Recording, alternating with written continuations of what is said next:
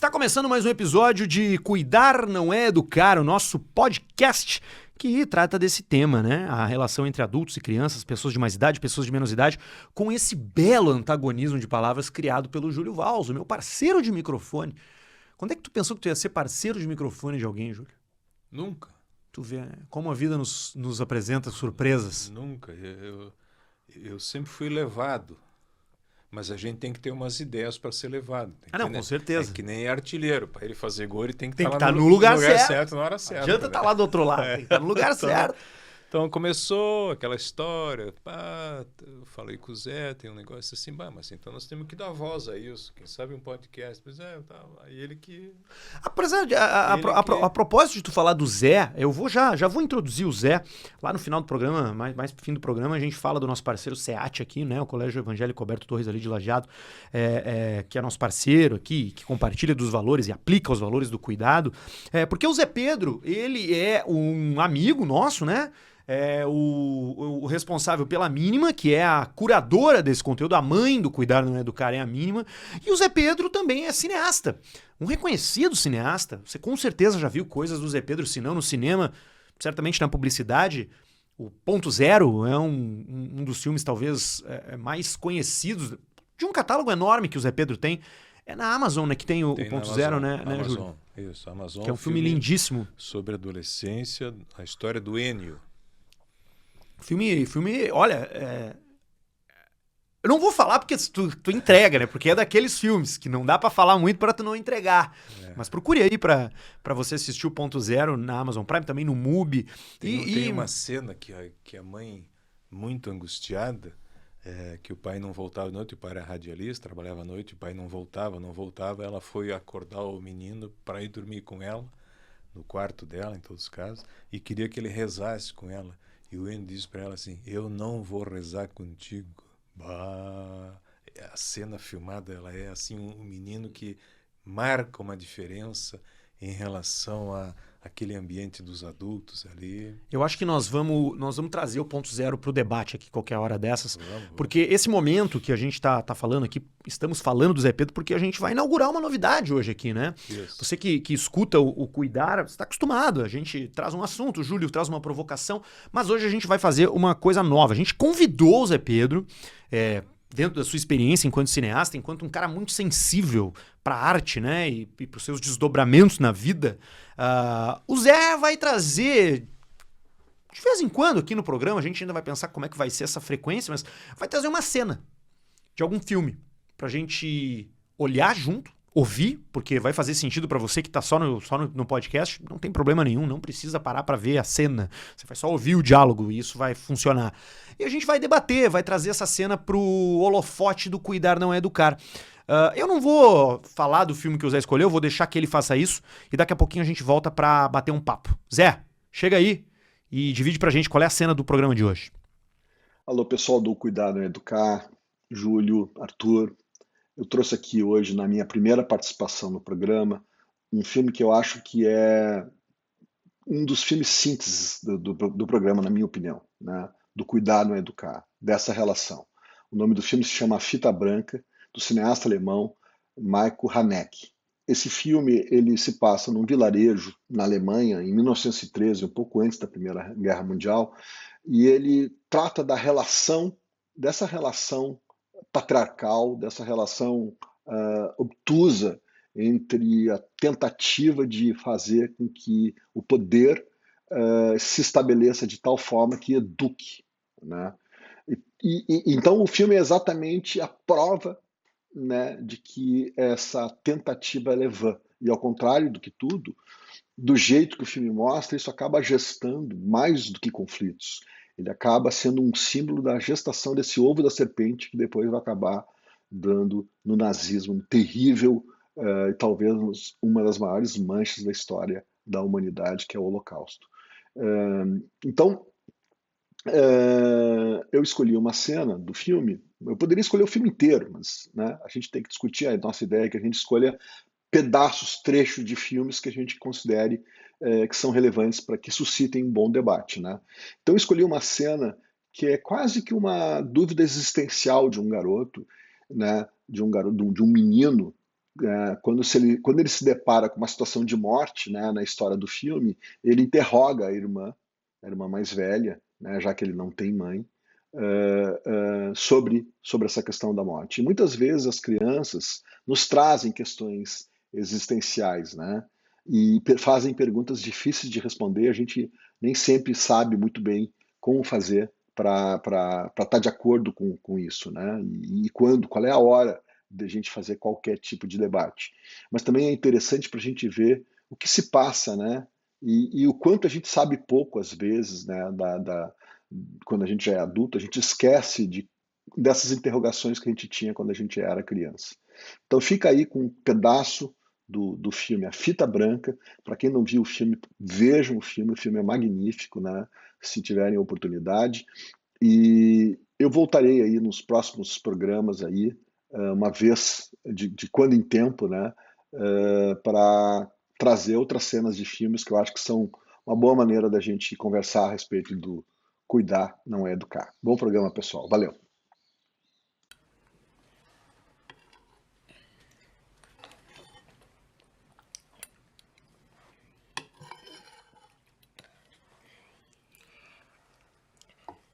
Die Frau heute, was hat die gehabt? Welche Frau? Ach so, die war tot. Was ist das? Was? Tot. Was tot ist? Mein Gott, was ist das für eine Frage? Das ist, wenn jemand nicht mehr lebt. Wenn er aufgehört hat zu leben. Und wann hört jemand auf zu leben? Wenn er ganz alt ist oder sehr krank. Und die Frau? Die hat einen Unfall gehabt. Ein Unfall? Ja, das ist, wenn du dir sehr, sehr weh tust. So wie Papa. Ja, aber viel schwerer. So schwer, dass es dein Körper nicht aushält.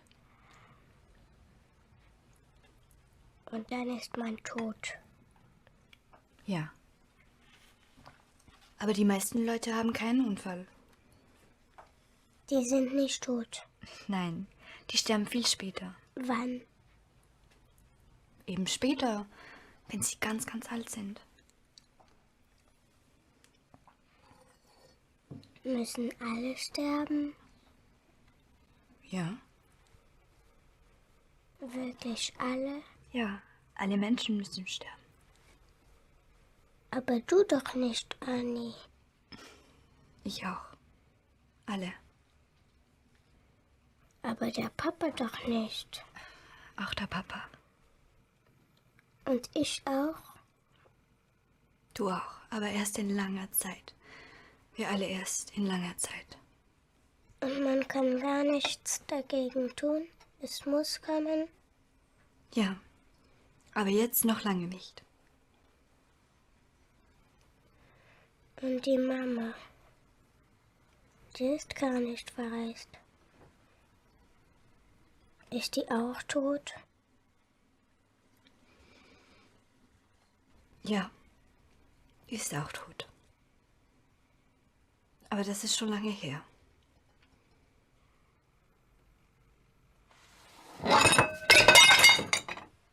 A Fita Branca. Júlio, eu vi esse filme poucas horas antes de vir aqui gravar e, cara, Que filme. que filme, hein? Essa cena... Bom, eu vou deixar tu falar, tá? Porque eu ainda tô eletrizado, porque eu vi o filme há pouco tempo e rever essa cena aqui com o comentário do Zé Pedro, né? Pô, o Zé foi na mira com esse, né, cara? E essa cena especificamente é poderosa, né? Poderosa.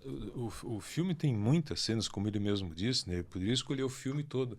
Tem uma outra que eu vou dividir com as pessoas para motivá-las a assistir mais ainda o filme. Que eu acho que é um dos diálogos mais cruéis que tem no cinema entre um homem e uma mulher. Tem lá. É o do doutor, Isso. do doutor com a parteira, né? Com a parteira. Não vou falar mais nada. Isso. É uma Cara, das cenas mais que maldade, cara. de um homem contra uma mulher. Antes da gente debater, eu tenho certeza que tu que tá ouvindo aí tá pensando aonde que vê. Amazon Prime. Amazon Prime. No Amazon Prime tem a fita branca, tá?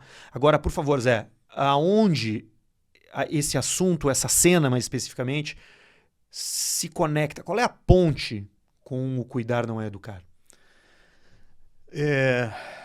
No caso, é um menino que parece que tem uns 6 anos por aí, né? Ele se encontrou com uma situação de ver uma mulher morta. E, além dessa mulher morta, o pai dele, que é o médico do filme, tinha sofrido um acidente no início do filme, né? Alguém colocou um arame, ele tropeçou com o cavalo e quebrou braço, clavícula, e ficou muito tempo internado, não vinha para casa. E tudo aquilo mexeu com a estrutura daquele menino e da menina, que é a filha mais velha. Então, esse diálogo acontece ao redor de uma mãe que tinha viajado, de um pai que sofreu um acidente 3 meses e não voltava para casa, e a visão de uma mulher morta. E ele faz uma pergunta para a irmã, que a sorte dele é que ele perguntou para a irmã sobre o assunto. E sorte da irmã que ele tem também, né? Claro, ele perguntou o que é a morte. Sabe que quando eu vi a cena, Arthur, eu me lembrei de mim. Eu me lembrei de mim perguntando para o meu pai e para minha mãe sobre a morte. Não sei se tu já tu fez isso. Eu acho que todo mundo passa por isso primeiro enquanto o dono da pergunta e depois, mais tarde na vida, como a pessoa que precisa dar uma resposta. Só que eu tenho uma situação real que é a seguinte. Vizinho da minha casa, tinha uma padaria com 2 padeiros idosos. Um era o seu Moacir, que é o que faleceu. E eu ia lá todos os dias, eles lavavam meu pé e eu ficava pisando em cima da massa, amassando a massa do pão, das bolachinhas, dos joelhinhos. Eu ficava lá uma parte do dia, eu passava com eles. E um dia eu desci, fui lá, porta fechada. O que aconteceu? A padaria e tal. Aí eles me disseram, o Moacir morreu. O que quer dizer isso? Que idade tu tinha? 6 anos. 5 para 6. O que é isso? Não, ele morreu. O pessoal na rua me disse. Aí estava todo mundo subindo a escadaria, eu subi lá, tinham as pessoas ao redor do caso, o caixão, e ele estava lá dentro. Sabe o que eu fiz, Arthur? Eu peguei uma cadeira, botei do lado, subi na cadeira e comecei a chacoalhar ele. Achei que ele estava dormindo e que ele não queria trabalhar. Aí me pegaram, que eu estava lá fazendo aquela esculhambação lá, e eu comecei a chorar desesperado, porque eu queria acordar o homem. Eu não sabia o que era a morte, vamos dizer assim. Eu acho que eu não sabia. E eu queria acordar ele. E aí me pegaram, me levaram para um canto. Tu não pode fazer isso. Deus vai castigar, aquelas coisas todas. Então, sim, né? sim. E aí eu fui para casa chorando. Eu me lembro vagamente assim que eu queria perguntar para a mãe por que o Moacir não acordava. E ela me dizia, ele morreu. Mas o que é isso? Um dia tu vai entender. Um dia tu vai entender, quer dizer, não vamos conversar sobre isso, não me interessa esse assunto. No caso do menino, não teve um dia tu vai entender. Ele teve uma irmã que, por sorte dele, explicou para ele. Explicou para ele, assim, bem objetivamente. Ele não gostou muito da resposta. Não, é óbvio, ninguém gosta. Mas ele teve uma resposta, né, pelo menos. Ele teve várias respostas, né? E é engraçado de a gente ver aqui, a gente pode dividir em partes essa conversa. A primeira é que, ao ele perceber a morte como uma finitude, eu chamo isso de a pessoa entrar na cultura definitivamente. Quer dizer, do ponto de vista cognitivo, há uma relação de causalidade que se constrói na cabeça da criança. Por isso que ele começa a fazer as perguntas engatado uma na outra. Mas então... Né? Essas perguntas engatadas que vão por dedução, né? De acordo com Piaget, ele está numa fase em que ele já está podendo fazer relações de causa e efeito que antes ele não tinha. Ele sabia que a mãe não estava. A mãe sumiu. Até pergunta, então a mãe não foi viajar, então? Isso, porque disseram para ele que ele foi viajar.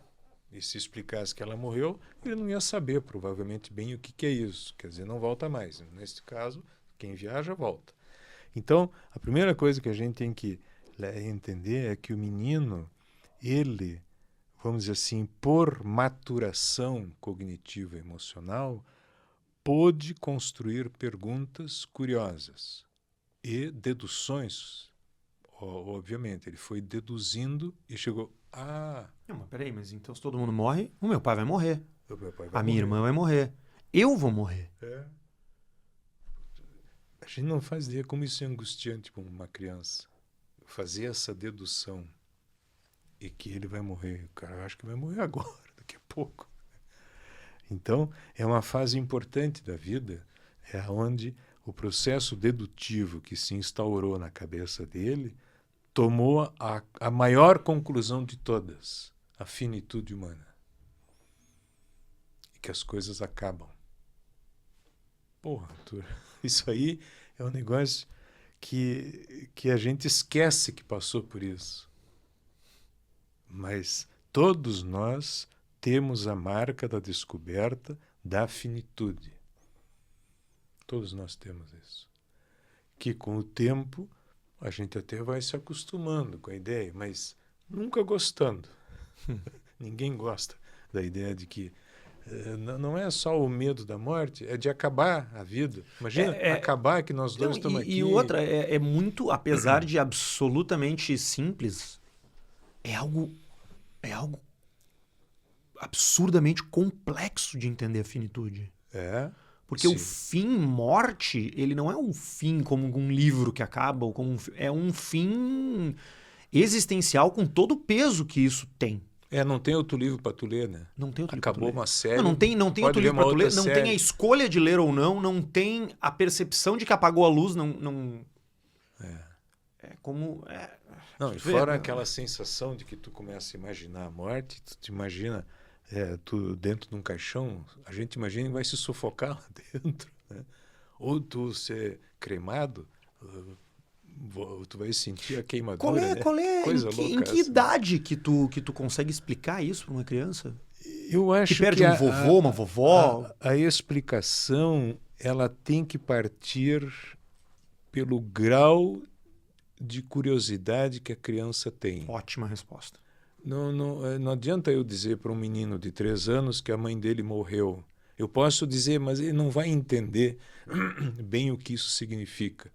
Precisa ter a cognição desenvolvida para poder captar a dimensão maior da finitude humana. Aí você cria essas imagens, né? Isso. Então, tem muitos trabalhos que mostram a percepção da morte nas crianças, né? Então, crianças de 2, 3 até 4 anos, a percepção de morte delas é como se... aquelas brincadeiras de se esconder atrás da cadeira, está lá escondido alguém. Para eles é isso, é uma coisa que está escondida e que depois pode voltar. Por isso que não entra numa angústia muito grande, porque é capaz de voltar. Mas depois que o raciocínio cognitivo se estabeleceu, aonde relação de causa e consequência acontece, há uma percepção da finitude, de que as coisas podem acabar e não ter mais volta. E foi o que aconteceu com esse menino. E o resultado final disso foi... ele derrubou o prato, né? Então, essa cena é assim, de uma sensibilidade do diretor também impressionante, Arthur. O menino derruba o prato e vai para uma outra cena. Não segue ali. Que legal isso aí, porque, de fato, é assim... Quebrei o prato de raiva, de tristeza, de contrariedade. Não aparece nenhuma punição, nenhum castigo, ninguém briga com ele. É como se aquilo fosse, por si só, o resultado de um entendimento da vida humana e uma contrariedade que se estabeleceu. Aquilo ali não precisa ser educado. Aquilo ali não precisa ser ensinado. Tu não pode quebrar o prato.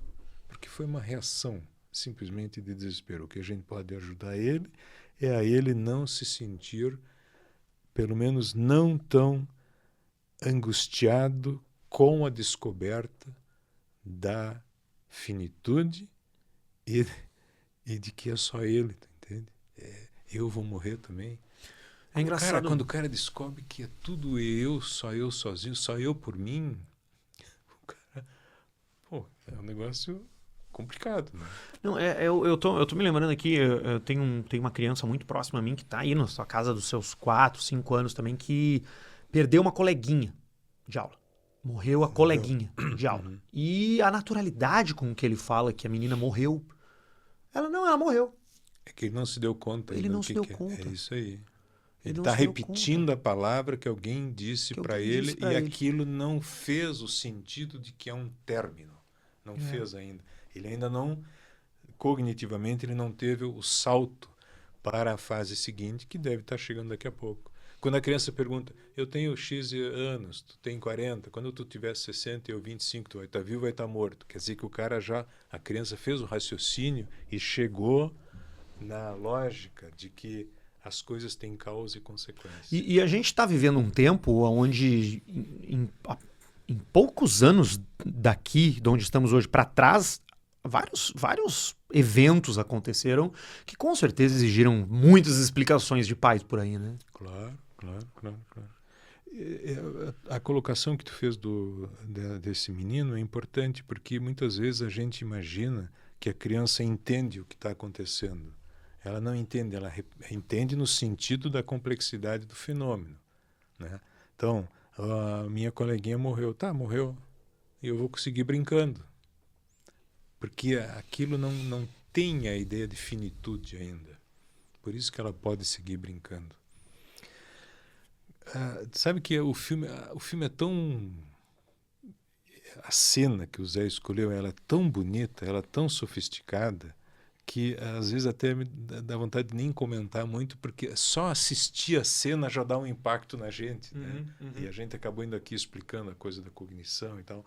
Mas é muito importante de que as pessoas percebam um diretor muito sensível àquela criança e àquela menina mais velha, a irmã dele, tentando estabelecer um diálogo onde ela segue comendo com calma e vai explicando para ele ponto por ponto, e o pai também, e eu também, mas a gente provavelmente é mais tarde, demora muito, e aí para tudo e quebra o prato. Para mim é espetacular esse gesto. Foi um bom dele. encaminhamento, né? Para a pergunta dele. Foi um bom encaminhamento, porque não tem mais o que fazer. Não tinha mais o que dizer e nem ele mais o que perguntar. Ele teve a compreensão e teve aquele... Ficou puto.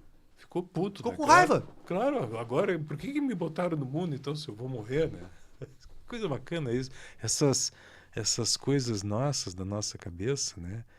E que marcaram a nossa infância. É certo que o medo da morte, quando surgiu, marcou a vida de cada um de nós de diferentes maneiras. E a gente esquece disso, porque depois se acostumou com o assunto, tal, faz de conta que não existe, e vai indo. Agora tem a catástrofe das enchentes aqui deu de novo talvez um arrefecimento do medo da morte, inclusive, não só da perda das coisas, mas o medo da morte, né? Então, o filme, eu volto a dizer, seria muito legal se as pessoas assistissem, porque ali mostra como que os adultos, no passado, especificamente culturalmente, maltratavam as crianças, com a ideia de que são seres superiores e de que as crianças são bandidos a serem evitados que se tornem bandidos. Isso era uma cultura assim, né? Até se pensava, a gente nasce bom ou mal.